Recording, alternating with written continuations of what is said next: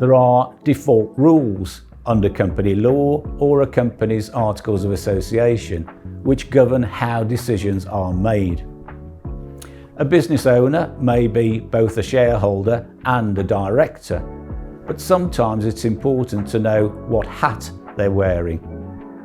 What is helpful is that most of these rules can be varied by agreement so that a business can create operational structures which work for them.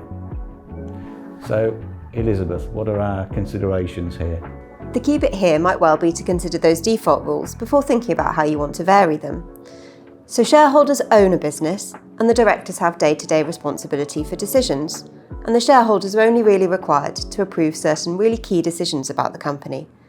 At board level, each director has a single vote, doesn't matter how many shares that they hold, and decisions are taken where a majority of them agree.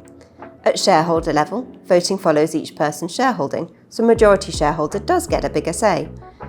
But this can all be varied, and we might want to consider who has a right to be a director, how are directors removed, are there minimum numbers of people or named individuals who need to be present before meetings start to take decisions?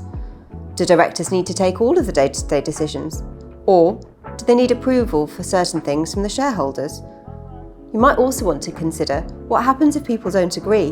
What if a deadlock arises and no one can reach a decision? It can certainly be helpful to talk through and agree where key decisions sit, to have clarity and agree parameters.